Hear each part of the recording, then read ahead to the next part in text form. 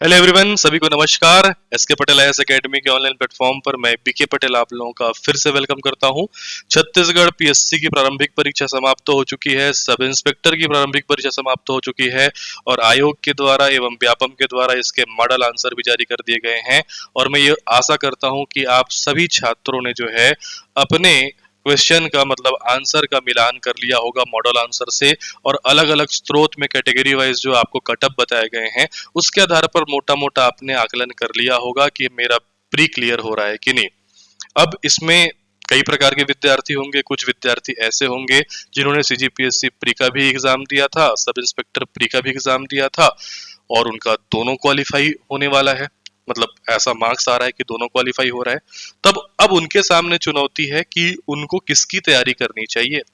लेकिन कुछ छात्र ऐसे भी हैं जिनका जो है सीजीपीएससी प्री अच्छा गया होगा लेकिन सब इंस्पेक्टर का प्री अच्छा नहीं गया होगा, दोनों में से कोई अच्छा गया होगा, ठीक है। लेकिन कुछ अभ्यर्थी ऐसे भी होंगे जिन्होंने दोनों एग्जाम दिया था, उनका दोनों अच्छा नहीं गया, ठीक है। तब उनके सामने अब आगे क्या पढ़ें। तो इस सेशन में मैं डिस्कस करने वाला हूं कि हर प्रकार के विद्यार्थी, चाहे वो पीएससी की तैयारी करने वाले विद्यार्थी हों, चाहे वो सब इंस्पेक्टर की तैयारी करने वाले विद्यार्थी हों, चाहे वो छत्तीसगढ़ की किसी भी प्रतियोगी परीक्षा की तैयारी करने वाले हों, अब उनको आगे क्या पढ़ना चाहिए। अपने वर्तमान स्थिति के अनुसार, अपने क्वालिफिकेशन के अनुसार आपको आगे कौन से एग्जाम के लिए तैयार रहना है, अपना आगे कौन सा गोल रखना है, हम इस संदर्भ में इस सेशन में बात करने वाले हैं। मैं कोशिश करूंगा कि आपकी दुविधा जो है वो आपका दूर कर दूं। हर एग्जाम के जो आपके मेरिट डिमेरिट हैं, प्रोज कॉन्स हैं, आपका किस प्रकार का अप्रोच है किस एग्जाम को लेकर के, उसके बारे में हम चर्चा करने वाले हैं ताकि आप ये क्लियर कर पाएं कि मुझे किस एग्जाम की तैयारी करनी है, ठीक है। तो इस सेशन में मैं केवल उन्हीं एग्जाम के बारे में बात करूंगा जिसका इस सत्र में एग्जाम होना तय है। देखिए, बोलते रहते हैं कि ये पेपर आ रहा है, वो पेपर आ रहा है, इसका नोटिफिकेशन आ रहा है, लेकिन हम कोरी कल्पना वाली बातें यहाँ पे नहीं करेंगे। हम उन 4-5 एग्जाम के बारे में बात करेंगे जिनका इस सत्र में पेपर होना ही होना है। तो आपके सामने ये कुछ ऑप्शन मैं रख रहा हूं जिसकी तैयारी आप आगामी कर सकते हैं या कर रहे होंगे। लेकिन कुछ अभ्यर्थी ऐसे होंगे जो सीजीपीएससी मेंस के लिए, सब इंस्पेक्टर मेंस के लिए, एडीओ के एग्जाम के लिए, हॉस्टल वार्डन के लिए, टीचर भर्ती के लिए, सभी के लिए एलिजिबल होंगे। तो उनके पास तो और बड़ी दुविधा है। जिनके पास जितना ज्यादा ऑप्शन उतनी ज्यादा दुविधा कि वो किसकी तैयारी करें। वो कहते हैं कि ना कि no option is the best option. बिल्कुल सही है, ठीक है। तो जिन छात्रों का सीजीपीएससी प्री अच्छा गया है, क्या वो सीजीपीएससी मेंस की तैयारी करें। जिनका सब इंस्पेक्टर प्री अच्छा गया है, क्या वो सभी सब इंस्पेक्टर मेंस की तैयारी करें। जिनका दोनों अच्छा नहीं गया, उनको उनके सामने ये ऑप्शन है, एडीओ की तैयारी करें या हॉस्टल वार्डन की तैयारी करें। और जिनके पास कुछ विशेष योग्यता है वो शिक्षक भर्ती की तैयारी कर सकते हैं, बीएड है, टेट पास आउट है, तो ठीक है। तो हम यहाँ पे बात करने वाले हैं हर प्रकार के छात्र को लेकर के कि आपकी स्थिति अभी क्या है, उसका आकलन आप खुद करना। मैं सभी एग्जाम के पॉइंट्स यहाँ पे रखूंगा, प्रोज कॉन्स की बात करूंगा, उस एग्जाम की विशेषताओं के बारे में बात करूंगा, सकारात्मक पहलुओं के बारे में बात करूंगा, नकारात्मक पहलुओं के बारे में बात करूंगा। हो सकता है किसी एग्जाम का सकारात्मक पहलू किसी विद्यार्थी के लिए सकारात्मक हो, लेकिन वही पहलू किसी विद्यार्थी के लिए नकारात्मक हो। कौन सा एग्जाम आपके लिए फिट बैठता है और आपके पास किस एग्जाम को तैयारी करने के लिए पर्याप्त समय है, वो हम अभी क्लियर करेंगे, ठीक है। तो अंत तक इस लेक्चर को देखते रहिएगा, सभी के लिए काम की चीजें आपको मिलेंगी, ठीक है।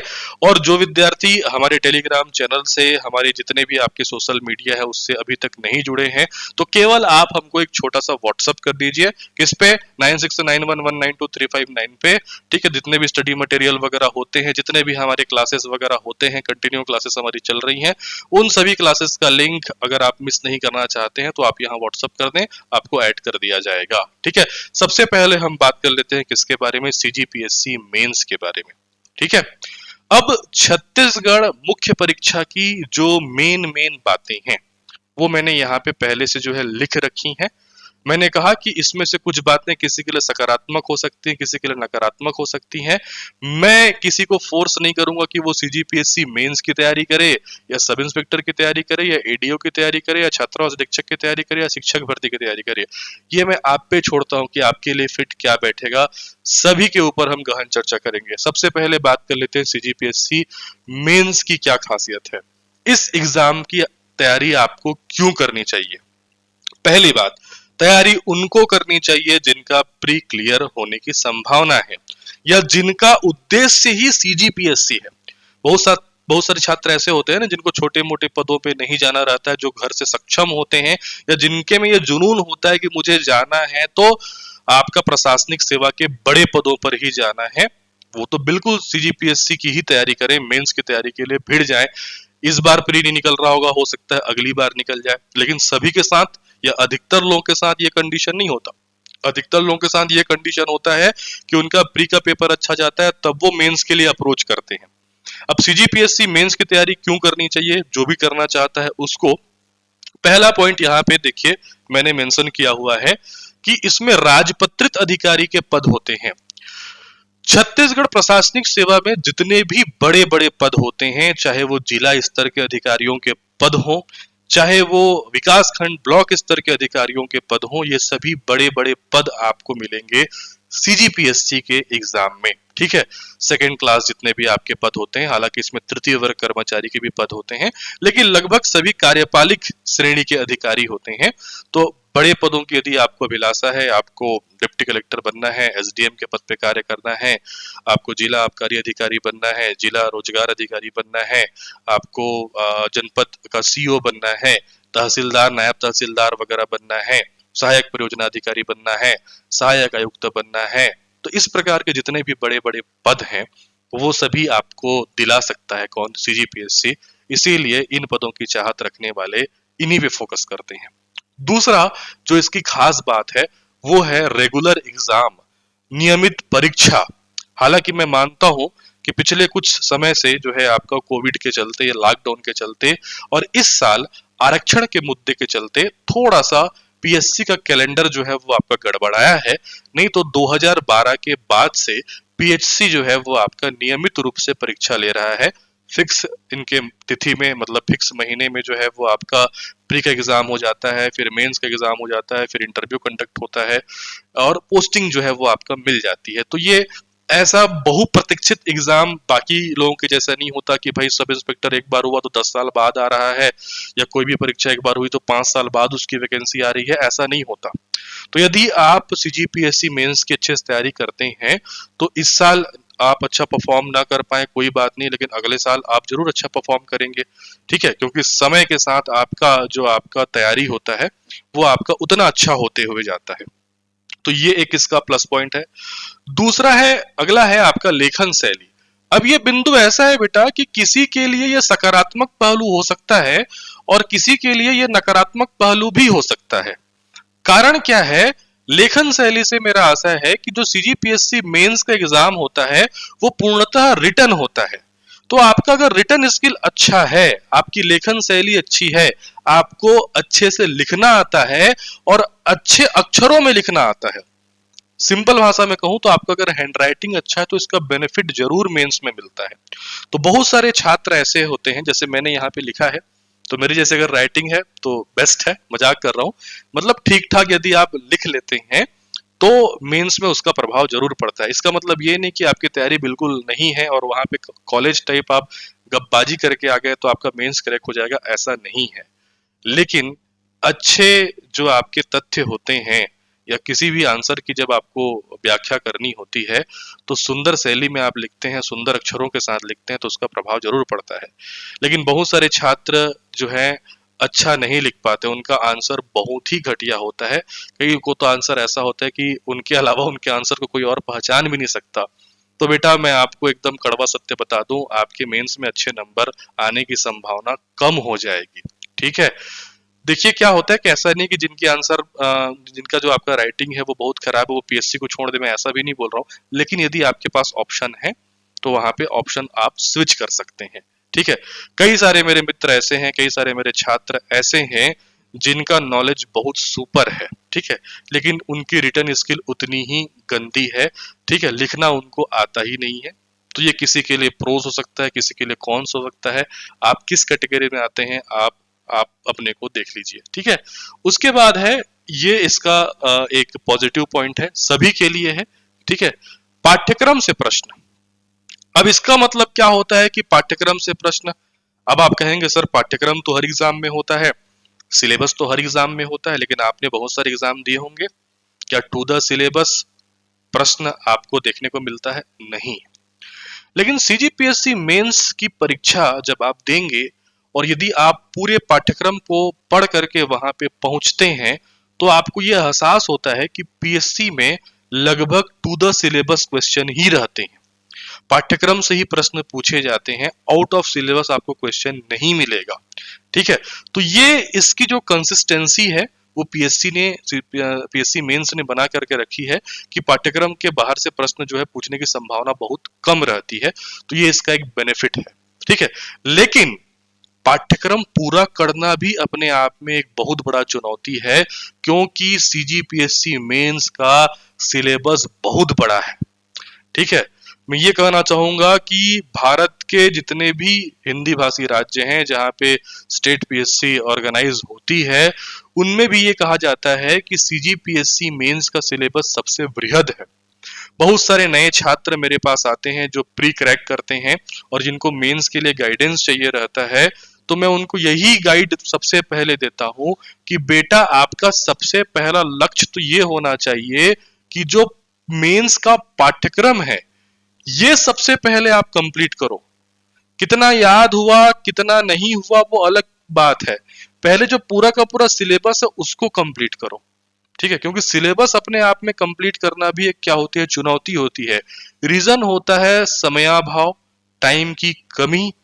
प्री के बाद पीएससी मेंस के लिए मुश्किल से 3 महीने का समय जो है वो आपका देता है, और जो 3-4 महीने का समय होता है वो इस वृहद पाठ्यक्रम को पूर्ण करने के लिए काफी नहीं होता।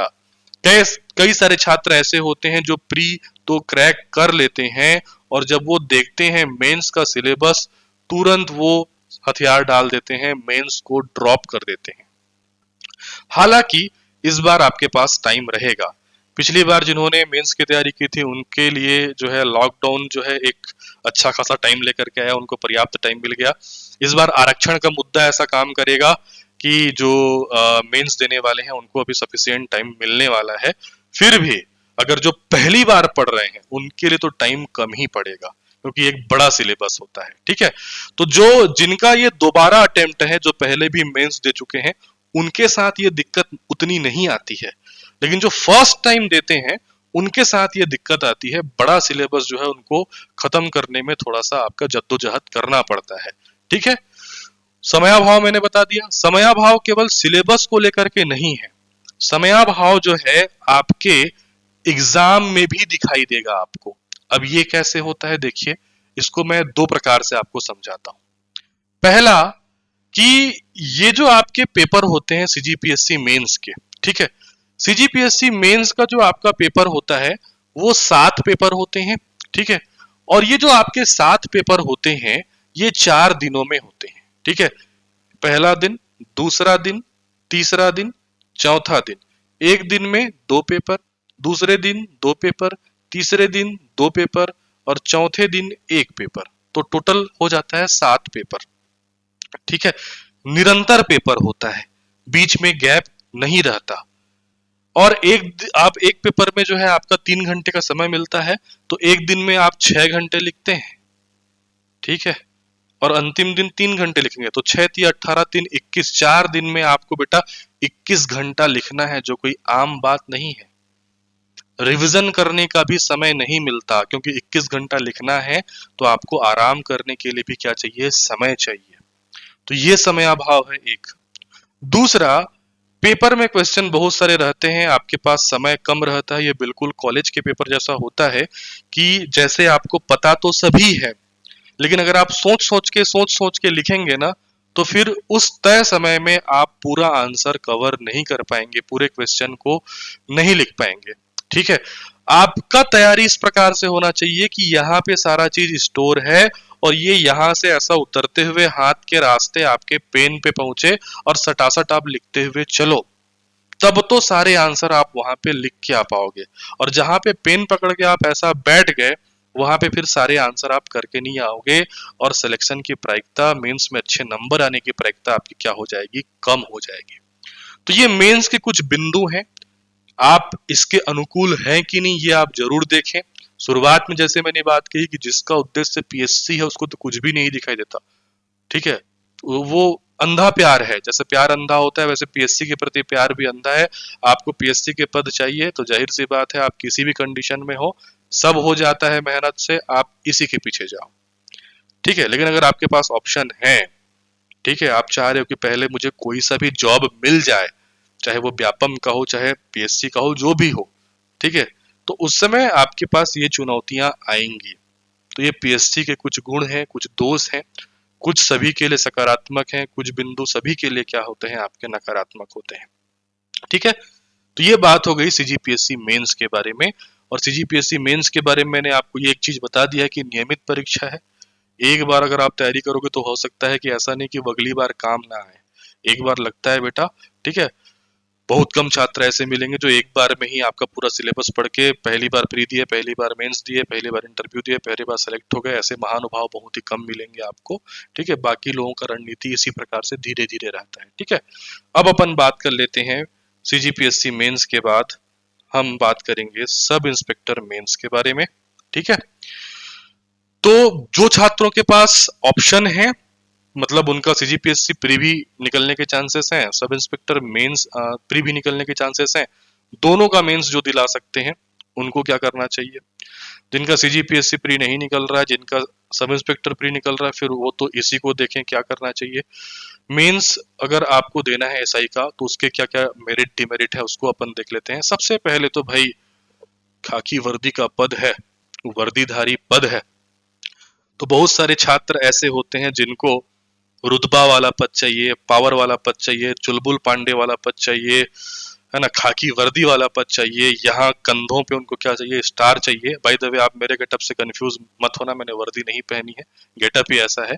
तो जिनको स्टार वाले जो है वो आपका पद चाहिए, डबल स्टार चाहिए, पुलिस का रुतबा चाहिए, वर्दी चाहिए, वो तो इनके पीछे ही जाएंगे, ठीक है, क्योंकि जुनून के पीछे भागना जरूरी है। दूसरा इसमें प्लस पॉइंट क्या होता है, सिलेबस का बराबर विभाजन है। सिलेबस का बराबर विभाजन कहने का मतलब क्या है कि सीजीपी सब इंस्पेक्टर मेंस में 3 पोर्शन है।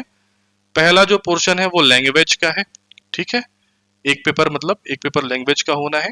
दूसरा जो पेपर है वो एप्टीट्यूड का होना है, ठीक है, और तीसरा जो आपका पेपर है वो जनरल स्टडी का होना है, सामान्य अध्ययन का होना है।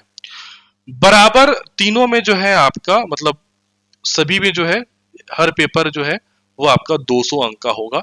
ये भी 200 अंक का है, ये भी 200 अंक का है, और ये भी 200 अंक का है। तो सिलेबस का बराबर विभाजन है। आमतौर पे क्या होता है, व्यापम वगैरह का सिलेबस यदि आप देखेंगे तो जीएस का जो वेटेज रहता है वो आपका ज्यादा रहता है। एफटी मतलब मैथ्स रीजनिंग का वेटेज थोड़ा कम रहता है। लैंग्वेज वगैरह का, हिंदी इंग्लिश का वेटेज थोड़ा और कम कर देता है, लेकिन इसमें तीनों का बराबर वेटेज है, ठीक है। लैंग्वेज में हिंदी के 125, हिंदी 125 अंकों का रहेगा, और जो आपका इंग्लिश ग्रामर है वो आपका 75 अंकों का रहेगा, ठीक है। तो इसमें मैं आपको ये कहना चाहूंगा कि जिनका गणित रीजनिंग स्ट्रांग है, जिनका मैथ्स रीजनिंग स्ट्रांग है, उनको सब इंस्पेक्टर मेंस में फायदा मिलेगा। रीजन क्या है कि जीएस एक ऐसा विषय होता है ना, चाहे वो आप पीएससी की तैयारी कर रहे हो, चाहे आप व्यापम की तैयारी कर रहे हो, लगभग एक टाइप का जीएस पढ़ते हैं। और जीएस की एक सीमा है, उस सीमा से बाहर का प्रश्न यदि पूछता है तो वो ना तो आपसे बनना है, ना तो मेरे जैसे पढ़ाने वाले व्यक्ति से बनना है, वो किसी से नहीं बनता है, ठीक है।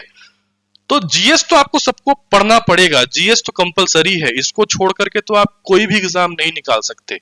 ये तो आपका बाउंड्री लाइन है, इसको क्रॉस करना ही पड़ेगा। ये सबका स्ट्रांग होना चाहिए। इसके बाद यदि आप टेक्निकल बैकग्राउंड से हो, कई लोग मैथ्स बैकग्राउंड से रहते हैं जिनका एप्टी रीजनिंग अच्छा है, तो इसमें क्या होता है कि क्वेश्चन सॉल्व करने हैं अलग अलग टाइप के, मैथ्स के, रीजनिंग के, तो जिनका ये एबिलिटी रहता है ना, वो इसमें अच्छा खासा नंबर स्कोर कर लेते हैं। तो जिनका गणित रीजनिंग अच्छा है उनको जरूर फायदा मिलेगा। साथ ही लैंग्वेज में, और यदि आप अपना हिंदी अच्छा कर लेते हैं तो इसमें भी आप अच्छा खासा नंबर स्कोर कर सकते हैं। ठीक है, हिंदी इंग्लिश दोनों का स्ट्रांग हो ऐसा मतलब लीथल कॉम्बिनेशन बहुत कम देखने को मिलता है। तो आमतौर पे लोग अंग्रेजी से घबराते हैं। जिनका अच्छा है बहुत अच्छी बात है, लेकिन जिनका अच्छा नहीं है वो हिंदी को जरूर अच्छा कर लें। ठीक है, हिंदी इंग्लिश ये विषय ऐसे होते हैं ना जिनको लोग ध्यान नहीं देते, लेकिन व्यापम की परीक्षाओं को क्रैक करने के लिए रामबाण जो है वो आपके साबित हो सकते हैं। हम सभी इन्हीं के पीछे भागते हैं, भागना जरूरी भी है, क्योंकि मैंने कहा कि इसको पढ़ना तो सबसे मस्ट है, ये आपका एंट्री द्वार है, लेकिन ये सभी क्या है, आपके बोनस पॉइंट है। ठीक है, तो गणित रीजनिंग का फायदा इसमें मिलेगा, जिनका हिंदी अच्छा है उसका फायदा मिलेगा। आपको गणित रीजनिंग बनाना अच्छा लगता है तब भी आप इसको अच्छे से प्रिपेयर करिए। हिंदी ग्रामर अगर आपका अच्छा है तब भी आप इसको अच्छे से प्रिपेयर करके इसमें स्कोर कर सकते हैं। अगला है वस्तुनिष्ठ प्रश्न, ऑब्जेक्टिव क्वेश्चन रहेंगे। अब एसआई मेंस जो है वो नाम का मेंस है, सीजीपीएससी मेंस के जैसा नहीं है कि यहाँ पे आपको सारी चीजें लिखनी है, लिखना नहीं है, ऑब्जेक्टिव पैटर्न होता है। ये सारे पोर्शंस जो क्वेश्चन आएंगे वो आपके ऑब्जेक्टिव आएंगे, प्री के जैसे ही आएंगे। बस लैंग्वेज में थोड़ा सा आपका ऐसे राइटिंग मतलब निबंध लेखन, सारांश लेखन वगैरह थोड़ा बहुत आता है, जिसपे उतना मेहनत करने की आवश्यकता नहीं है, बिना पढ़े भी आपको उसको उसको बनाया जा सकता है। तो इसको प्री टाइप का ही मेहनत आपको करना है, एक ऑब्जेक्टिव एग्जाम के अप्रोच में ही आपको मेहनत करना है, ना कि एक रिटन एग्जाम के अप्रोच में आपको मेहनत करने की आवश्यकता है। तो कई छात्र जो पहली बार देते रहते हैं वो घबराते हैं कि मेंस रिटन है, तो रिटन नहीं है। ठीक है, अगला जो आपका पॉइंट है ये किसी के लिए सकारात्मक हो सकता है, किसी के लिए नकारात्मक हो सकता है। देखो बेटा, मैं एक सही सलाह आपको दूंगा, केवल वही छात्र भाई सब इंस्पेक्टर मेंस के लिए मत भागो जिनका ये सारे सब्जेक्ट अच्छे हैं। ये भी देख लो कि आप कूद फान सकते हो कि नहीं, रनिंग कर सकते हो कि नहीं, लंबी कूद ऊंची कूद में अच्छा स्कोर कर सकते हो कि नहीं, 1500 मीटर दौड़ में, 100 मीटर दौड़ में आप क्वालिफाई कर सकते हो कि नहीं। क्योंकि मेरा अनुभव रहा है कि अच्छे खासे जो स्टूडेंट होते हैं, जो मेंस में तो अच्छा स्कोर कर लेते हैं, लेकिन वो फिजिकल एग्जाम पास तक नहीं कर पाते। उसमें से अगर एक इवेंट में भी आप फेल हो गए ना, तो आपका सारा मेहनत जो है बर्बाद, आप फेल हो जाओगे। ठीक है, तो जिनकी शारीरिक क्षमता में, देखो मैं किसी को डिमोटिवेट यहाँ पे नहीं करना चाहता, सत्य से अवगत कराना चाहता हूँ। ठीक है, क्योंकि वो चीजें मैंने देखी हैं। क्यों भाई, अगर आपके पास ऑप्शन है तो क्यों आप दूसरे ऑप्शन पे नहीं जाओगे। मैं अपना उदाहरण देता हूं, 2012 सब इंस्पेक्टर, ठीक है, 2012 सब इंस्पेक्टर प्री निकला, मेंस निकला, फिजिकल पे मैंने आपका फिजिकल या शारीरिक शारीरिक जो दक्षता का जो पेपर होता है उस पे मैं नहीं गया। रीजन मेरा फ्लैट फीट है यार। ठीक है, तो मुझे ये पता था कि अगर मान लो कि ये सारी चीजों में अच्छा मेहनत करने के बाद जो है फिजिकल में मेरा जो है आपका फ्लैट फीट के चलते मेरे को डिस्क्वालीफाई कर दिया जाता है, तो फिर क्या मतलब। तो उस समय मेरे पास ऑप्शन थे, मतलब उस समय 2012 का जो है वो आपका पीएससी था, एडीओ का एग्जाम था, एवीएफओ का एग्जाम था। तो उन पे जो है मैंने सिलेक्शन किया, जो है मेरे को दूसरी चीज की तैयारी करनी है। ठीक है, तो आप देख लो कि अगर आप शारीरिक रूप से दक्ष हो, आप फिजिकल भी निकाल सकते हो। कहीं ऐसा ना हो जाए कि ये सारी चीजें आपने निकाली और इसमें जाकर के आप फेल हो गए, फिर आपके पास उस समय कोई ऑप्शन नहीं रहेगा। तो ये हो गए कुछ सब इंस्पेक्टर मेंस के लिए पॉइंट। अब आप देख लो कि आप कहाँ पे फिट बैठते हो और आपको इसकी तैयारी करनी है या नहीं करनी है। ठीक है, उसके बाद जिनके पास तो प्री क्वालिफाई हो रहा है, मेंस सीजीपीएससी मेंस में जाना है या फिर आपका एसआई मेंस में जाना है, आप डिसाइड कर लो। और जिनके पास ये दोनों एग्जाम का विकल्प नहीं है, जिनका दोनों पेपर बिगड़ा हुआ है या जिन्होंने एसआई को डाला ही नहीं था, वो क्या करें। तो आपके लिए बहुत बेहतरीन पद जो है वो आपका आने ही वाला है, वो है ADEO, additional development extension officer. अब आप सुन रहे होंगे सर एडीओ तो बहुत समय से आ रहा है, कब तक आएगा, आएगा भी नहीं आएगा। ठीक है, तो ऐसा नहीं है बेटा, एक्चुअल में क्या है कि जो आपका एडीओ है उसके 250 से ऊपर पद जो हैं वो खाली हैं, और 250 पद 250 प्लस पद का फाइल जो है वो आपका बन चुका है। अब ये कभी भी आ सकता है। रीजन ये है कि जो 2012 बैच के एडीओ थे वो डीईओ में प्रमोट हो चुके हैं, प्रमोशन लिस्ट आ चुका है, उनका पदस्थापना जो है वो आपका हो चुका है। ठीक है, तो अब क्या है कि शुरुआत में लगभग 115 एडीओ का डीओ में सिलेक्शन हुआ है, बाकी और लोगों का होना है। तो 250 में कम से कम तो आप 100 पोस्ट और जोड़ दो, लगभग 350 से ऊपर पद आने की प्रबल संभावना है। अब ये एकदम मतलब पत्थर की लकीर नहीं है, कम ज्यादा हो सकता है, लेकिन ये फिक्स जो है वो आपका आएगा। ठीक, तो जो विद्यार्थी इसकी तैयारी करना चाहते हैं वो थोड़ा सा सुन लीजिए इसके बारे में। हालांकि एडीओ के लिए मैं एक अलग से डिटेल वीडियो लाने वाला हूं, क्योंकि ये भी बहुत बहुप्रतीक्षित पद है, तो इसके लिए अलग से मैं जो है लेक्चर लाऊंगा कि इसके लिए अब आपको क्या रणनीति अपनानी है। हालांकि इसके लिए मैंने पहले भी लेक्चर जो है वो आपके लाए हैं, जो यूट्यूब पे अवेलेबल है, आप देख सकते हैं। लेकिन एक नया अपडेटेड मैं सेशन लाने वाला हूं कि अभी आपको क्या करना है इसके लिए और क्या क्या रणनीति बनानी है। सबसे पहले ये सीमित पाठ्यक्रम, सीमित पाठ्यक्रम होता है एडीओ का। सीमित पाठ्यक्रम कहने का मतलब क्या होता है, इसमें देखिए इसके सिलेबस को मैं 3 हिस्सों में बांट देता हूं। इसके सिलेबस का एक हिस्सा जो होता है वो जीएस होता है, दूसरा हिस्सा जो होता है वो आपका लैंग्वेज होता है, और तीसरा जो हिस्सा होता है वो एक न्यू सिलेबस होता है इसमें। ठीक है, जीएस में केवल जो जीएस पढ़ते हैं वो अपन छत्तीसगढ़ का ही जीएस पढ़ते हैं। 2-4-5 क्वेश्चन जो है वो कॉन्स्टिट्यूशन के, आपका राज व्यवस्था के, संविधान के प्रश्न रहते हैं, लेकिन नहीं के बराबर। नहीं भी पढ़ेंगे कॉन्स्टिट्यूशन तो कोई कुछ होना नहीं है, बट 5-6 क्वेश्चन रहते हैं। ठीक है, लैंग्वेज के नाम पे केवल आपको पूछा जाएगा हिंदी से प्रश्न, हिंदी ग्रामर से। न्यू सिलेबस में जो है इसको 3 हिस्से में अपन बांट देते हैं। न्यू सिलेबस में एक पोर्शन रहता है आजीविका, दूसरा पोर्शन रहता है आपका ग्रामीण विकास, दूसरा पोर्शन क्या रहता है, ग्रामीण विकास, रूरल डेवलपमेंट। तीसरा जो आपका पोर्शन रहता है वो रहता है पंचायती राज। तो इसमें से पंचायती राज तो आपके लिए नया नहीं है। यदि आप प्रतियोगी परीक्षाओं की तैयारी कर रहे हैं तो इस पंचायती राज को आपने छत्तीसगढ़ जीएस के अंतर्गत तो पढ़ा ही होगा, थोड़ा सा उसको और डिटेल में पढ़ना है। ग्रामीण विकास भी कोई बहुत नया चीज नहीं है। जो स्टेट गवर्नमेंट की जितनी भी फ्लैगशिप स्कीम्स होती हैं रूरल डेवलपमेंट को लेकर के, ग्रामीण क्षेत्र की योजनाओं के बारे में प्रश्न यहां से बनता है। आजीविका, लिवलीहुड, ये थोड़ा सा अलग रहता है, बट इतना बड़ा भी ये सिलेबस का हिस्सा नहीं है कि आप इसको ना पढ़ पाओ। ठीक है, तो सीमित पाठ्यक्रम रहता है, बाकी एग्जाम के जैसे बड़ा बड़ा पाठ्यक्रम नहीं है। तो जो बड़ा पाठ्यक्रम नहीं पढ़ पाते हैं, जो सीमित पाठ्यक्रम में अच्छा परफॉर्म कर पाते हैं, उनके लिए ये पद अच्छा है। अगला, वनडे एग्जाम, कोई प्री नहीं, कोई मेंस नहीं, कोई रिटर्न नहीं, सीधा आप एक एग्जाम दिलाइए, उसमें अच्छा से अच्छा स्कोर कीजिए, उस स्कोर पे आप, उस स्कोर के आधार पर आपकी मेरिट लिस्ट बनेगी, आपका सिलेक्शन हुआ, खत्म। ठीक है, कट ऑफ से ऊपर नंबर लाओ, सिलेक्शन पाओ, वनडे एग्जाम है ये। ठीक है, अगला खासियत, अधिकारी पद नाम, एडिशनल डेवलपमेंट एक्सटेंशन ऑफिसर, सहायक विकास विस्तार अधिकारी। एडीओ का पद जो होता है ना, ये तृतीय श्रेणी कार्यपालिक अधिकारी का पद होता है। और तृतीय श्रेणी में एक भी पद मेरे को आप ऐसा गिना दो जिसमें ऑफिसर लिखा हो, जिसमें अधिकारी लिखा हो, नहीं मिलेगा आपको। ये एकमात्र पद है जो तृतीय श्रेणी कार्यपालिक होते हुए भी अधिकारी पद नाम के साथ आपको मिलता है। ये एक इसका बेनिफिट है। दूसरा, गणित, रीजनिंग, इंडियन जीएस, इसका महत्व नहीं के बराबर है इसमें।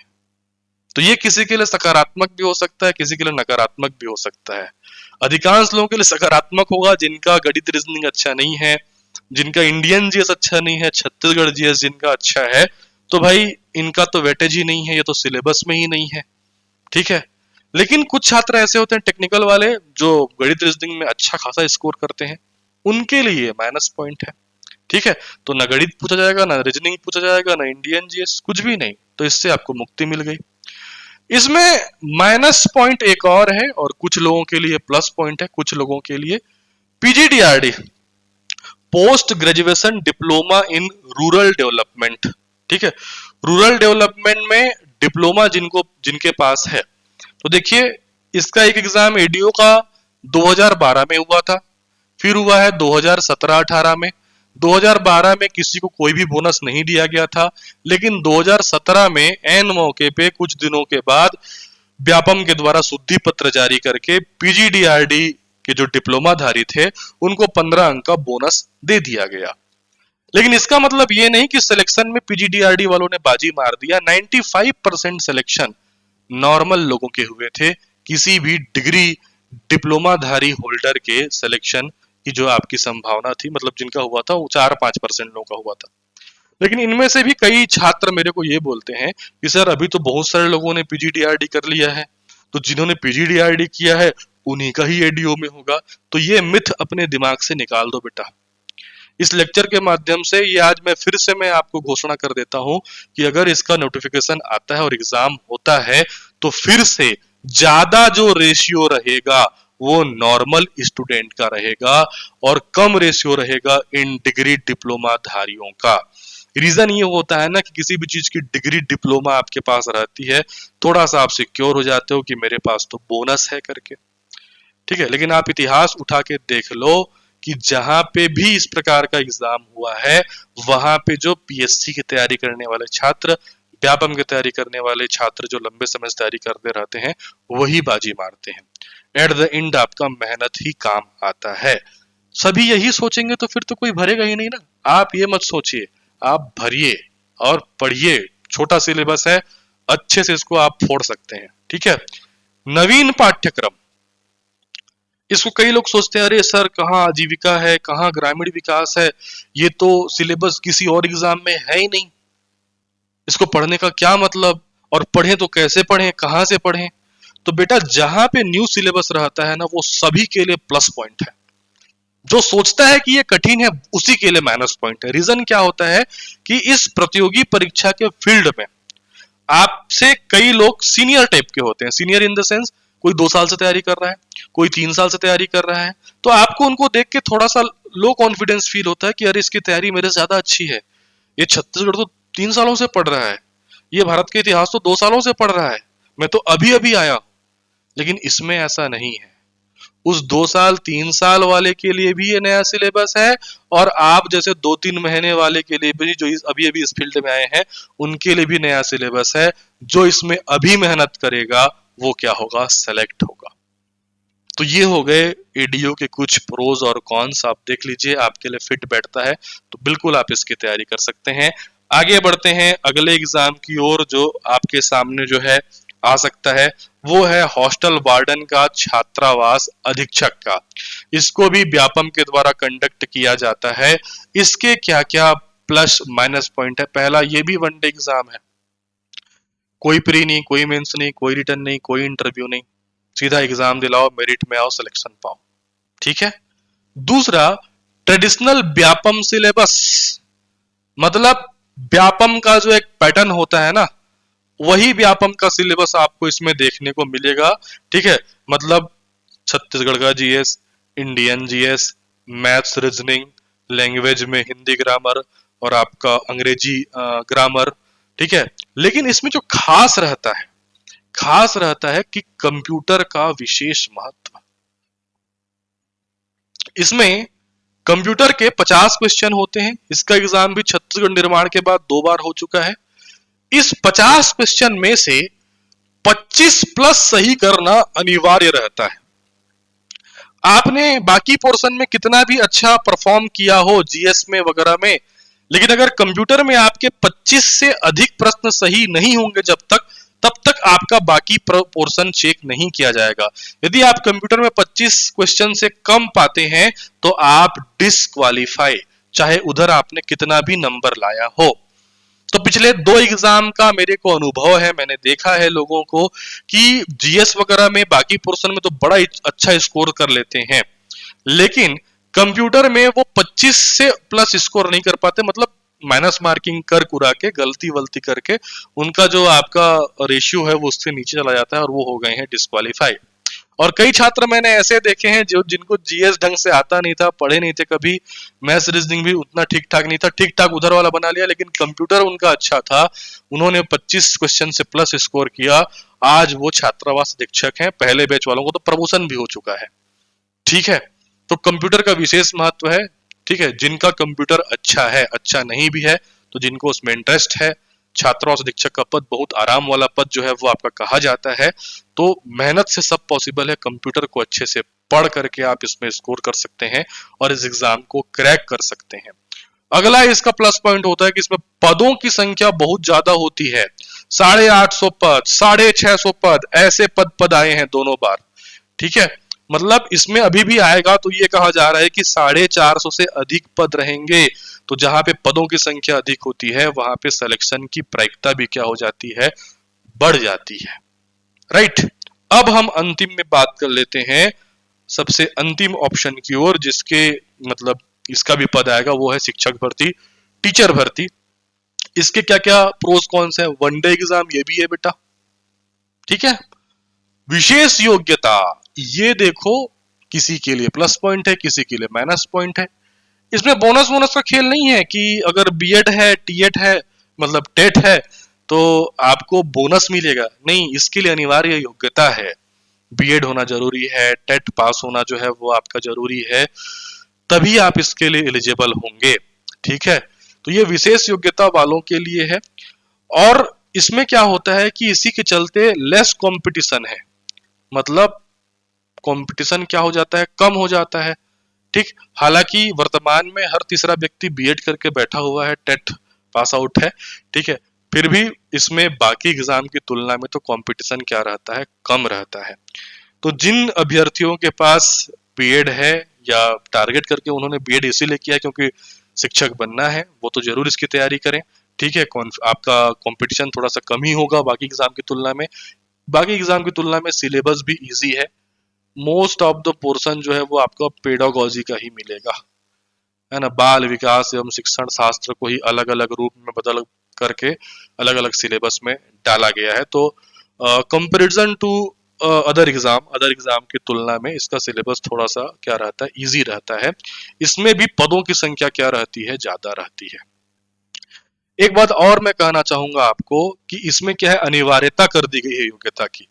अगर शिक्षक भर्ती में भी बीएड वालों को या टेट वालों को केवल बोनस देता, अनिवार्यता ना होकर के केवल बोनस देता, तो इसमें भी इन बीएड या टेट पास आउट की तुलना में जो सामान्य अभ्यर्थी हैं, इनके सिलेक्शन का रेशियो क्या रहता, अधिक रहता। आप इस बात को जरूर स्वीकारते होंगे, होगा ऐसा। अगर बीएड या बीएड को केवल बोनस अंक दे और बोल दे कि सभी लोग दिला सकते हैं, बीएड वालों को इतना अंक बोनस मिल जाएगा, तो आपको क्या लगता है कि बीएड वाले ही सेलेक्ट होंगे? नहीं, ज्यादा सामान्य लोग सेलेक्ट होंगे, क्योंकि इनका जो तैयारी रहता है वो ज्यादा क्या है, आपका स्ट्रांग है। इसीलिए मैं एडीओ में भी आपको बोल रहा था कि पीजीडीआरडी या फिर आपका जो एमएसडब्ल्यू वगैरह किए रहते हैं उनको अगर बोनस देता है तो इसका मतलब ये नहीं है कि वही सेलेक्ट होंगे, उनका रेशियो कम ही रहेगा, सामान्य अभ्यर्थी ज्यादा सेलेक्ट होंगे, क्योंकि उनका जो मेहनत रहता है वो क्या रहता है, ज्यादा रहता है। तो अंतिम में मैं आपको ये कहना चाहूंगा कि आप ये किसी भी एग्जाम की तैयारी करना चाहते हैं, आप अपने को देख लीजिए कि आप किस एग्जाम के लिए फिट बैठते हैं, आपके पास कौन कौन से ऑप्शन है, आप फिल्टर कीजिए। ठीक है, क्योंकि देखिए मेरा मानना यह है कि आप दो नाव में पैर रखेंगे तो गिरेंगे ही, किसी एक को आपको चूज करना ही पड़ेगा। और जिनके पास तो ऑप्शन नहीं बच रहा है, एक ही ऑप्शन बच रहा है, बेस्ट ऑप्शन है भिड़ जाओ, लग जाओ उसमें। ठीक है, तो ये सभी एग्जाम का ऑनलाइन क्लासेस हमारे पास अवेलेबल है। इनकी ऑनलाइन क्लासेस की जानकारी यदि आपको चाहिए तो आप हमको व्हाट्सअप कीजिए 7470960094 पे, 7470960094 पे। 20 फरवरी के बाद से सभी की नई बैच जो है वो आपका प्रारंभ हो रही है, जिसकी जानकारी आपको इस नंबर पर व्हाट्सअप करने के बाद मिल जाएंगी। अंतिम में मैं कुछ बातें आपको कहना चाहूंगा कि बेटा देखिए, यदि अभी रिसेंट में आपका कोई पेपर बिगड़ा है, चाहे आप पीएससी प्री का पेपर आपका बिगड़ा हो, सब इंस्पेक्टर प्री का आपका पेपर बिगड़ा हो, और आप चाह रहे थे कि इस बार आप मेंस देते, और यदि आप नहीं दे पा रहे हैं तो इसमें दुखी होकर बैठने से कुछ नहीं होगा। मैंने पहले के एक लेक्चर में बोला था, आप याद करो, जब हमारा चैनल हैक हुआ था, कि हाथ पे हाथ धरे रह के बैठे रहने से कुछ नहीं होगा। ठीक है, आपको यदि कोई हराता है या आप किसी चीज से हारते हो तो थोड़ी देर के लिए शांत हो जाओ, सांस लो, फिर से खड़े हो और अगले एग्जाम के लिए तैयार हो जाओ। ठीक है, क्योंकि देखिए बेटा, मेहनत का कोई विकल्प नहीं है, कोई शॉर्टकट की नहीं है जिसको दबाओगे तो आप फट से उस पोस्ट पे पहुंच जाओगे या उस स्थिति पे पहुंच जाओगे। बिना मेहनत के कोई व्यक्ति ज्ञान भी नहीं दे सकता, उसके लिए भी मेहनत की आवश्यकता होती है। तो बिना मेहनत के कोई भी सफल नहीं हुआ है, कोई भी किसी परीक्षा को क्रैक नहीं किया है। मेहनत के साथ साथ आप में पेशेंस होना चाहिए और हारने के बावजूद बार बार खड़े आपको होना है। Work harder. ठीक है, एक बार फिर से मैं वो बात कहूंगा कि फिर से उठो, फिर से जगो, फिर से लड़ो, और जब तक तोड़ेंगे नहीं तब तक छोड़ेंगे नहीं, ये रणनीति अपनाओ, आप जरूर जो है एग्जाम क्रैक करोगे। तो इसी प्रकार मैं मिलता हूं अगले किसी सेशन में। अब हमारी कंटिन्यू लेक्चर जो है वो यूट्यूब पे आना शुरू हो गया है। सब्जेक्ट के लेक्चर अपन लेकर के आएंगे, यहाँ पे क्वेश्चन एमसीक्यू जो है वो लेकर के आएंगे, साथ ही साथ इस प्रकार के गाइडेंस वाले लेक्चर भी, सेशन भी मैं लेकर के आऊंगा। तो सभी को ऑल द बेस्ट, मिलते हैं अगले क्लास में। धन्यवाद, थैंक यू।